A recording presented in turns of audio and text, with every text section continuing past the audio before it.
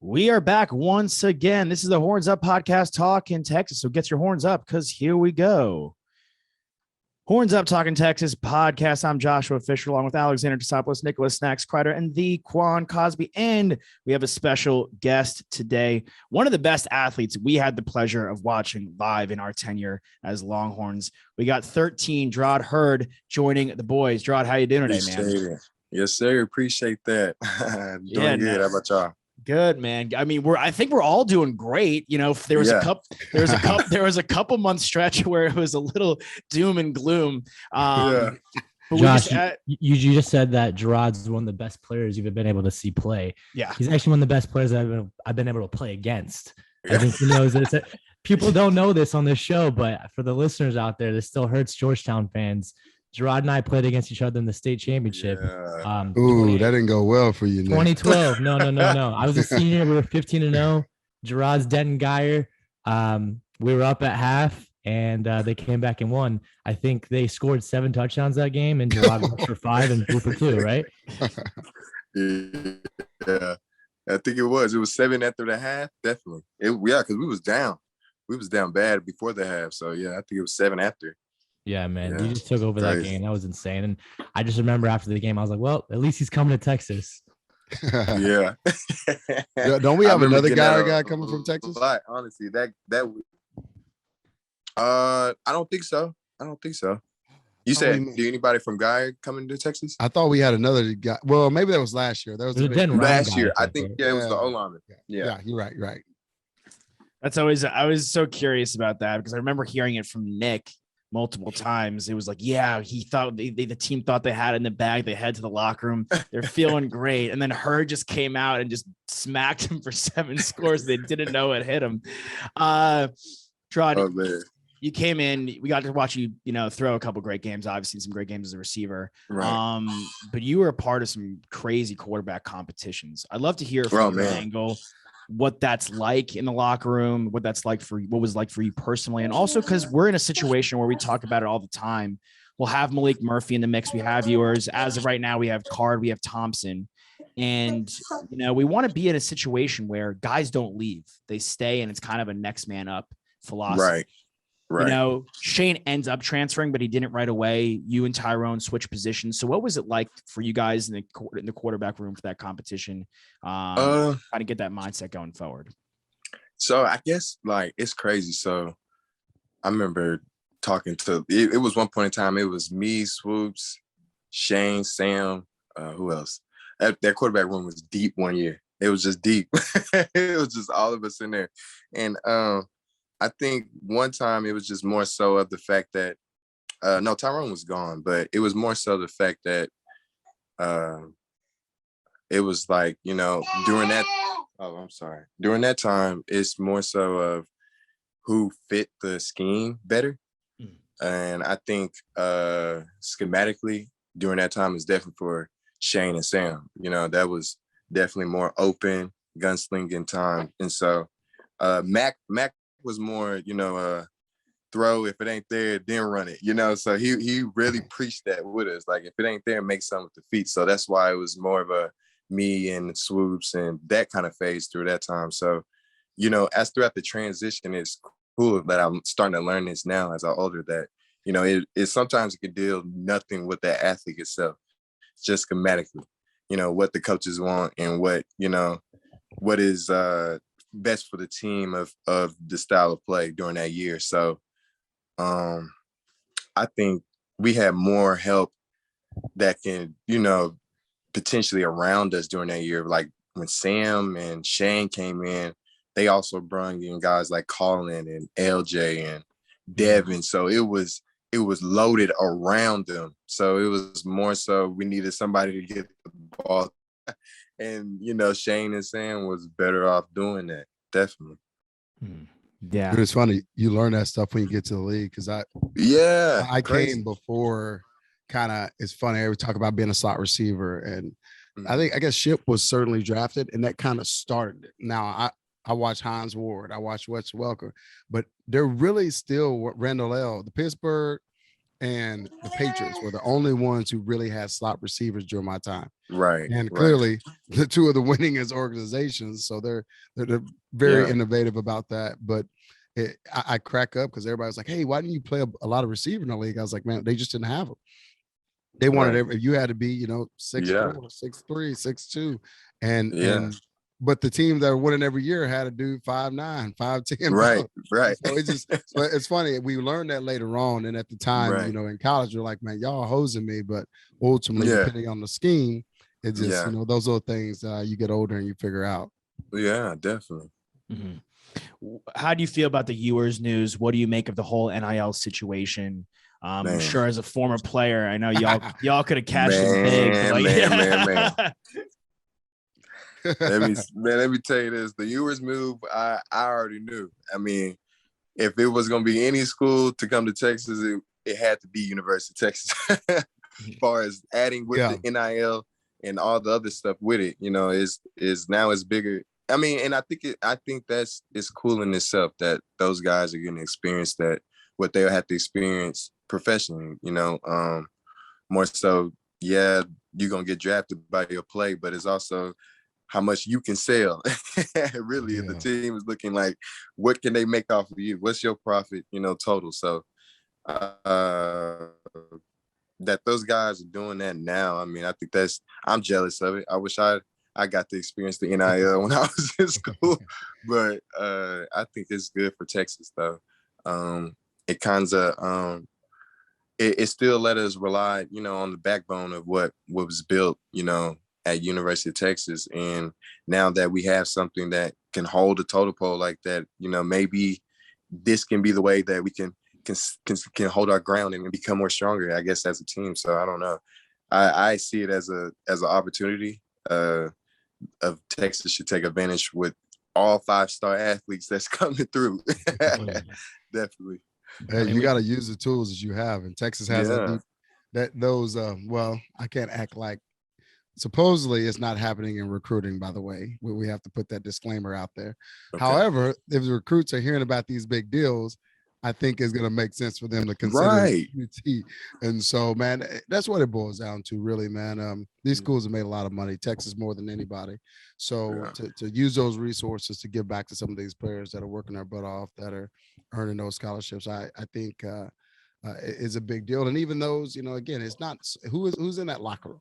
It's not always about the scholarship piece of it. It's who's in that locker room. And I like what I've seen. And I think we've already seen some residual effects, because we really had some gaps in the O-line. We're getting 5-star linemen again. I think the Pancake Factory is going to work itself out on getting those guys in the trenches. Heard, you being a receiver and a quarterback, you know how important it is to, one, if you're behind there having time, but then two, when you get out of that route, you don't want man, it's been so many times you get out of a route, you look back, burn them, dude fell down. And if your quarterback is sacked, it does not matter. It doesn't matter. In the trenches, and what we're doing in recruiting, I think, is a big deal. I think Sark had one hell of a weekend, and it's not done yet as early signing day come around. Yeah, we need the Pancake Factory back in the fold. I mean, think about all these NIL opportunities, like all these breakfast spots that could just have pancakes with our offensive linemen as the representatives now. I mean, we have all these opportunities there. I mean, we speak about you switching from quarterback to wide receiver. What was that move like for you mentally? Obviously, you were such a dominant quarterback in high school and you could still sling the rock, but you talked about having, Shane and Sam fitting the scheme better. It's either you leave and go play somewhere else, or you try to fit what the team needs and you meet that needs. What was that? So, like I mean, that was another thing that came up as far as like me and Coach Strong, like, okay, we know this is a better thing, what we need right now. But far as you, Coach Strong very made it, apparent, like, I don't want you to go nowhere else. You know what I mean? He was like, I know you're a crazy athlete, and or however we want to do this, but we don't want you to leave. And I told Coach, I'm like, shoot. I mean, I ran a 4.340, so I mean, it was more stuff like that. So Coach Strong's definitely a for that and wanted me to make the transition myself. But he been wanted the transition. I could tell Coach Strong been wanted me to run fades and out routes for a long time now. So it was more so, I think it fell in the right timing of it. Definitely. Yeah, absolutely. Do you ever have any conversation with Rahsaan Johnson? Because he made that move as well. Yeah. I think I talked to him like way back a few springs ago when he was definitely, going through that transition. And I remember talking to him about that. It was just more so like what he had doing now is, is bigger than what he knows and what he understands. When people ask you to, I feel like now when I see it professionally, you get paid more for doing more on the field. And so that it's became more of a thing where your value holds more when you can able to do more, or if, hey, we got an emergency guy that can play any position within a week. You know what I mean? I think every team needs that type of people. So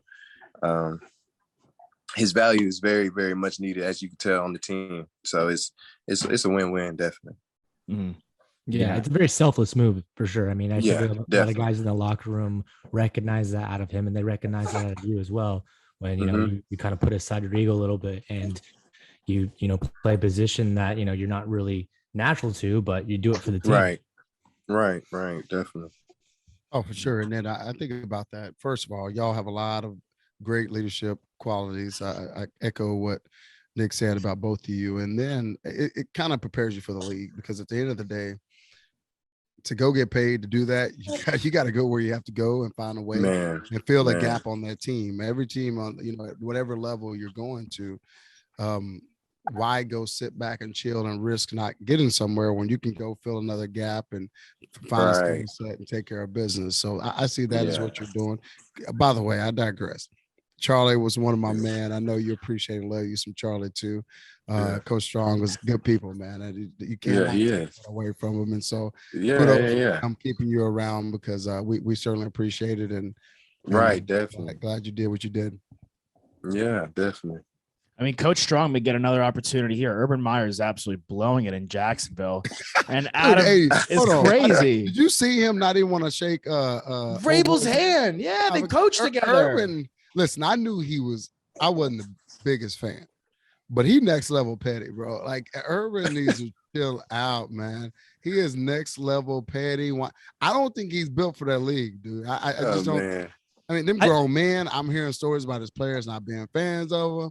I was like, man, and then I saw that and I'm like, oh no, I don't know how much they will get rid of you in 2 seconds. The dude that owned that team, Urban, is not a university president. That is an owner who is worth several $1 billion. Your $5 million to him is $5 to me. Yeah. So I think he's self-sabotaging himself. I think really do. I think he's doing it on purpose. I think he understands now that he doesn't have the control that he used to have, right? Yeah. And didn't have as many people that he had to answer to. Yeah. But he was stone.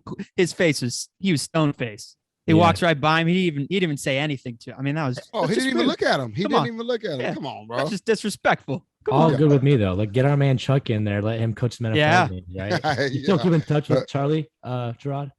Not recently, but I still follow him on all social media accounts. So whenever we able to link in, we will definitely. Mm-hmm. Yeah. What was the coaching change like for you personally? Obviously going from Strong to Heard. During the time and during the years there, it was dreadful. The most scariest thing, when I say scary, is more so like when you play in football on college level and not knowing the next year the same plays is going to be the same. It kind of messes with your mind a little bit as far as your comfortability of like playing and stuff. So it's more. It was a shocker during those 4 years, but I learned a lot doing that. I learned how to adjust, learn how to pick up playbook very, very fast. I remember having coaching change during the middle of the season. So that was another punch in the face too during that time. So it was crazy. I think I went through 6 different offensive coordinators in 4 years. What? Yeah. That is crazy. I went through 6 different offensive coordinators in 4 years. But then the fans go crazy and they want everybody, come on, win, do this. Yeah, It's impossible, man. Yeah, this game is crazy and hard enough when you have consistency. When you go through 6 different coordinators, all this, it is hard as all get out. So, man, I empathize, man. And again, it's, you know what's cool is, one, you coming up on the Horns Up podcast. I've known you for a while. Yeah. You had a crazy experience at UT, but you still represent. You know, you really definitely. do. And you always have a smile. You always take care of business. You're grinding every day. Kudos to you, man, for continuing what you're doing. Clearly, you got little mama in the back, Ellie. So she's going hard. All that Everyone, matters.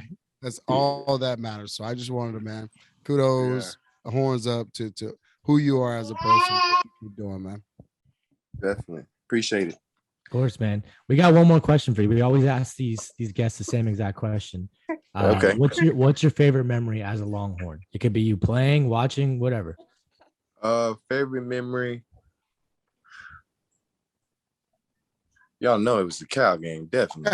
See, I was thinking in my head, I was I was over there. We I all saw know the it was run. the Cal game. The Cal game is by far just the whole time. I think during that time it was what we needed. Even though we lost, it was really what we needed. You know, it was more so of there's potential and we can get potential here. So it was definitely a plus. Although we lost, it was just still a moment and a good moment for Texas, you know, to have that and, you know, experience that. Definitely.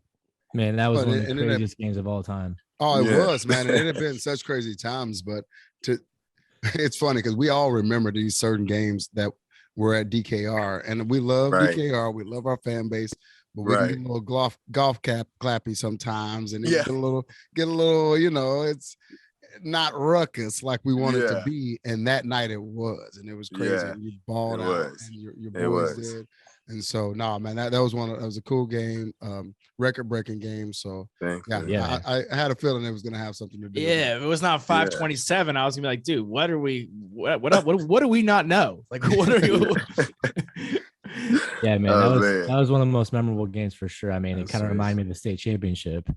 Yeah, it was. It was definitely one of those type of feelings, definitely, because like Juan said, it's been a long time since during that time we really seen the stadium really get excited for a game. So it was definitely one that was definitely good to, at least I was happy I got the experience while I was playing, definitely. That's awesome. 100%, man. Yeah. Well, Jerrod, thank you for joining us. Always appreciate it, man. Oh, yeah. Hey, Merry Christmas, my man. I see the stockings. I see little mama. You see the stockings keep going grind, man. You know, reach out at any point, brother. Keep working hard and take care of your family, man. Oh, yeah, definitely. Will do. I appreciate y'all. Appreciate it, brother. Hook 'em horns, man. Sir. Thanks, Oh, yeah, hook 'em horns. All right. Y'all be easy. Merry Christmas and happy holidays to everybody. Thank you, brother. Yeah. Happy holidays. Later, brother. All righty.